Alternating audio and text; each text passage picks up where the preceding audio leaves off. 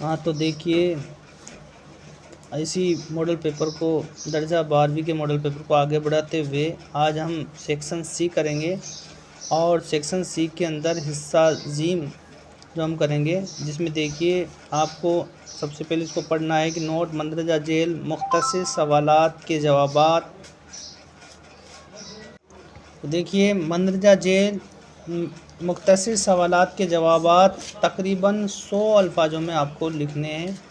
यानी कि आपका सामने एक इक़्तिबास दिया होगा और इक़्तिबास को पढ़ कर के उसका सियाक़ व सबाक़ का हवाला देते हुए उसकी तशरीह आपको करनी है। ठीक है, तो इसमें सबसे पहले देखिए आपका जो पहला इक़्तिबास है, तुम जानते हो कि मामला क्या है। बहुत बड़ा इक़्तिबास है, इसका लास्ट का जो बंद है आबाद हो गए हैं। यानी कि ये जो इक़्तिबास है आपके सबक मुंशी हरगोपाल तुप्ता के नाम उससे लिया गया है। दूसरा जो इक़्तिबास है हमारी ज़बान में एक नावल, ये आपके उमराव जान अदा से लिया गया है। और तीसरा देखिए मुझे बेचैनी सी महसूस होने लगी, जो तीसरा है ये लम्हे से लिया गया है। और चौथा जो है प्रेमचंद की कहानी काहूरी, यह आपके भजूका से लिया गया है। और पांचवा जो है ये बुन्ना था और वह नन्हा सा परिंदा का लश्कर बड़ा चला आता है, ये आपका जो इक़्तिबास है ये मच्छर से लिया गया है। किससे लिया गया है? मच्छर से। आप देखिए सवाल नंबर 18, सबक का खुलासा आपको लिखना है, जिसमें आपको जैसे कि भजूका है, लम्हे हैं, मच्छर है, इनका आपको खुलासा लिखना है। सवाल नंबर 19, मंदरजा जेल बंद के में सियाक़ व सबाक़ के आपको तशरीह करनी है। नज़म दे रखी है, नज़म के बंद आपके सामने होंगे और उनकी तशरीह आपको करनी है। तो आपका जो अंधेरा सा छा गया दुनिया नज़र से, है ना, तो ये जो बंद है ये आपका गोरे गरीबा का बंद है, नज़म गोरे गरीबा से।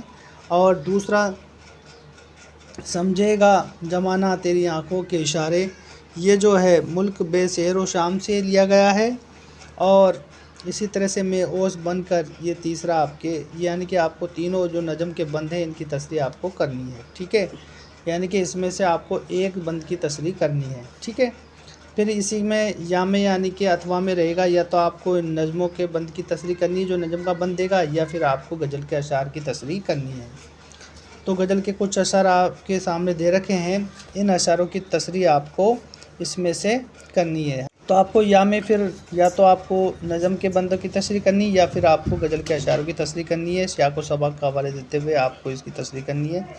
तो पहला इसमें शेर देखिए, हाथ से किसने सागर पटका मौसम की बेकैफ़ी पर, इतना बरसा टूट के पानी डूब चला मेखाना भी।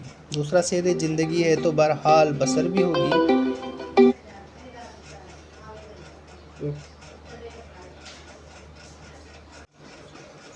तो देखिए इसमें पहला जो शेर देखिए, हाथ से किसी ने सागर पटका मौसम की बेकैफ़ी पर, इतना बरसा टूट के सावन, इतना बरसा टूट के पानी डूब चला मेखाना भी। दूसरा शेर देखिए, ज़िंदगी है तो बहरहाल बसर भी होगी, शाम आई है तो आएगी आगे शहर भी होगी। तो आपको इनकी तशरीह करनी है हवाला देते हुए।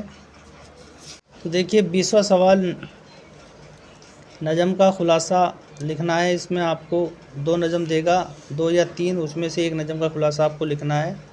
हमने मॉडल पेपर में 4 नज़म दे रखी है, जैसे गोरे गरीबा, ज़िंदगी से डरते हो, है ना, यादनगर और रूह अर्ज़ी आदम का इस्तेक़बाल करती है ना। तो आपको चारों नज़म को याद करने के खुलासे याद करने, इसमें से एक नज़म आपके ज़रूर आएगी। अब हमारा ये पार्ट पूरा होता है और